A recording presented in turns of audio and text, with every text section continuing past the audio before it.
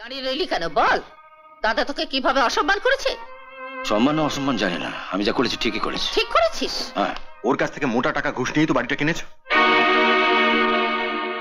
তোর কোম্পানির মালিক ভবতোষ বাবুকে কি জিজ্ঞেস করিস না? ওকে তো আমি বছর 20 লক্ষ টাকার অর্ডার দিই, তার জন্য উনি আমাকে কত টাকা ঘুষ দেন। স্বপন যদি মন দিয়ে চাকরি করে বেশ উন্নতি করবে। কোম্পানির মালিক ভবতোষ বাবু লোকটা খুব ভালো। ওহ, সেদিনকে যা মজা হয়েছিল না, তারপর কি আর বলবো আপনাকে। কতক্ষণ? আরে ঠিক আছে, বসো বসো বসো। হ্যাঁ, আলাপ করে দিই। রমা আমার স্ত্রী, আর এ হলো স্বপন। আরে ঠিক আছে ঠিক আছে। থাক বাবা থাক, হয়েছে হয়েছে। অনুকে কেমন লাগলো? ভালো, শুধু ভালো না খুব ভালো? খুব ভালো। খুব ভালো। আমরা একটু ড্রেসটা চেঞ্জ করে আসি, তোমরা চালিয়ে যাও চালিয়ে যাও।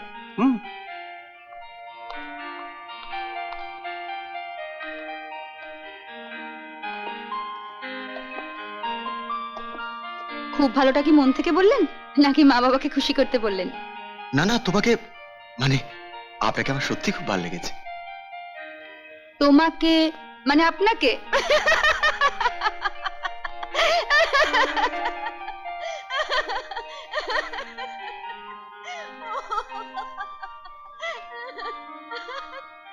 শুনতে পাচ্ছ? হ্যাঁ, অনেকদিন বাদে অনু হাসছে। তুমি ঠিকই বলেছো, ওদের দুজনকে কিন্তু মানাবে ভালো। হ্যাঁ, ভবিষ্যতের কথা ভেবেই তোকে পার্সোনাল অ্যাসিস্ট্যান্টে চাকরি দিয়েছি, যাতে রোজ সন্ধ্যাবেলা ওকে বাড়িতে ডেকে পাঠানো যাবে। ছেলেটা স্বভাব চরিত্র ভালো তো? ও তপন বাবুর ভাই, একই বাপের রক্ত বইছে শরীরে, তাই না? তপন বাবুর 50% গুণও যদি পায় তাহলেই জীবনে দাঁড়িয়ে যাবে।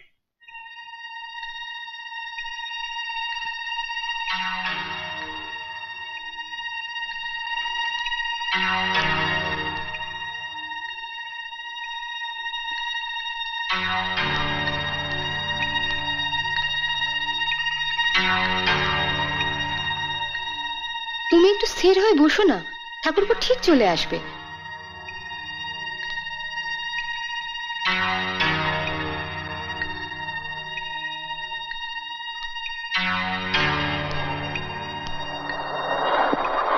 ওই বোধহয় ঠাকুরপো এসে গেল। 12টা বাজে, এত রাত অব্দি কি করছিল? তুমি আবার ওকে কিছু বলতে চাও না?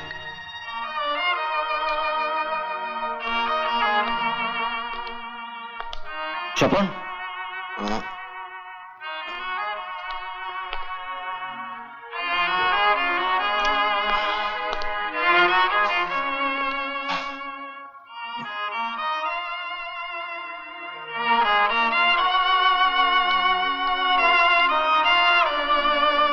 তুই মদ খেয়েছিস? স্যার বললো তাই। স্যার বললো তাই মদ খেতে হবে? স্যার যখন এ বাড়িতে এসেছিলেন তখন তুমি অপমান করেছিলে। আমি তো ওরকম একজন সম্মানীয় লোককে অসম্মান করতে পারি না। সোজা নিজের ঘরে চলে যা। বা আমার সঙ্গে দেখা করবো না? কাল সকালে দেখা করবি। এখন চুপচাপ ঘরে গিয়ে শুয়ে পড়, যা। ঠিক আছে, গুড নাইট। গুড নাইট বৌদি।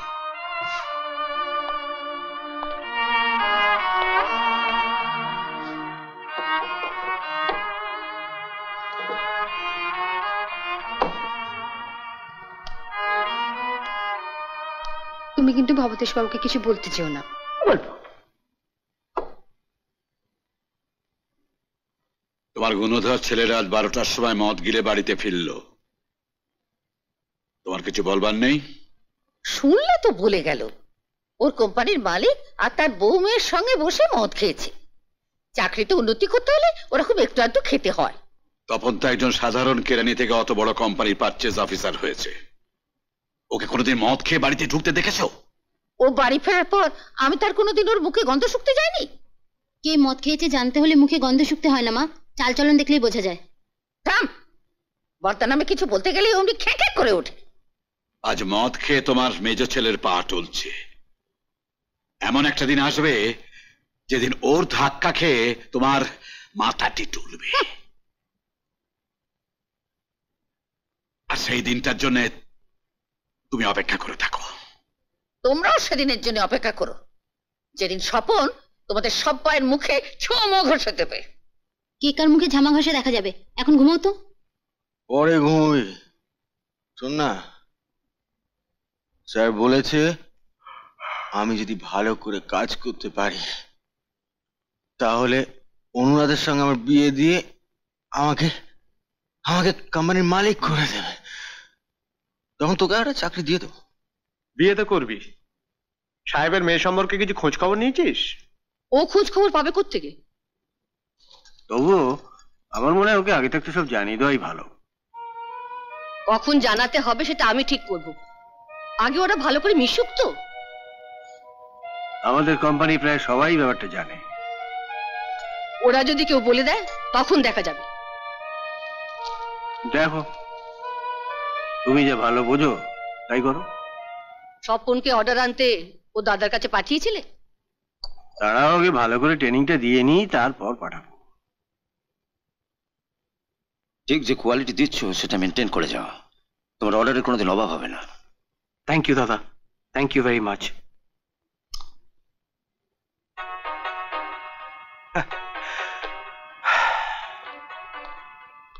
উফ, যা গরম পড়েছে না।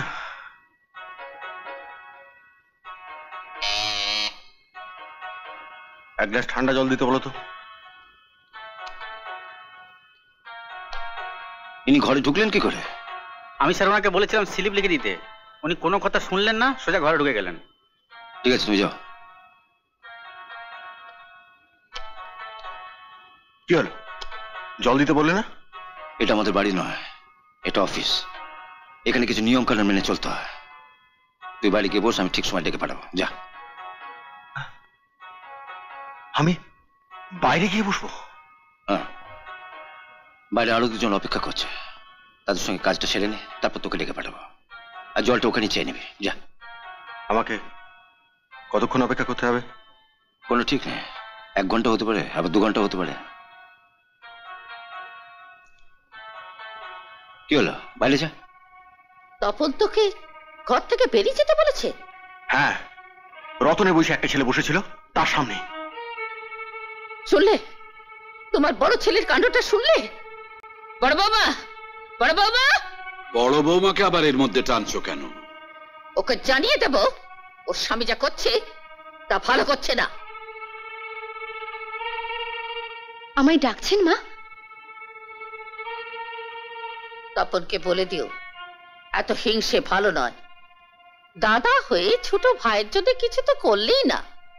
স্বপন আজকে নিজের চেষ্টায়, নিজের ক্ষমতায় আজ একটা ভালো চাকরি জোগাড় করেছে, সেটাও সহ্য হচ্ছে না। কি হলো, চুপচাপ দাঁড়িয়ে আছো, কিছু বলছো না যে? কি হয়েছে তাই তো আমি জানি না। দাঁড়িয়ে রইলি কেন, বল। দাদা তোকে কিভাবে অসম্মান করেছে? সম্মান না অসম্মান জানি না, আমি যা করেছি ঠিকই করেছি। ঠিক করেছিস? হ্যাঁ। আমি তো শুনেছি যে ছেলেটা তোমার চেম্বারে বসেছিল সে নাকি প্রায় আসে তোমার কাছে। ঘন্টা খানেক ধরে তুমি ওর সঙ্গে গল্প করো, তখন কাউকেই তুমি তোমার চেম্বারে ঢুকতে দাও না। হ্যাঁ, তাতে কি হয়েছে? কিছু না হলেও তো বাড়িটা হয়েছে। ওর কাছ থেকে মোটা টাকা ঘুষ নিয়েই তো বাড়িটা কিনেছো। তোর কোম্পানির মালিক ভবতোষ বাবুকে কি জিজ্ঞেস করিস না?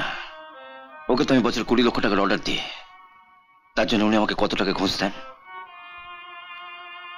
ঠাকুরপো কি তাহলে কাল যাবে একবার তোমার চেম্বারে? এমন আরো অনেক ভিডিও দেখতে এই চ্যানেলটি সাবস্ক্রাইব করে নিন এবং পাশের বেল আইকনটি প্রেস করে দিন।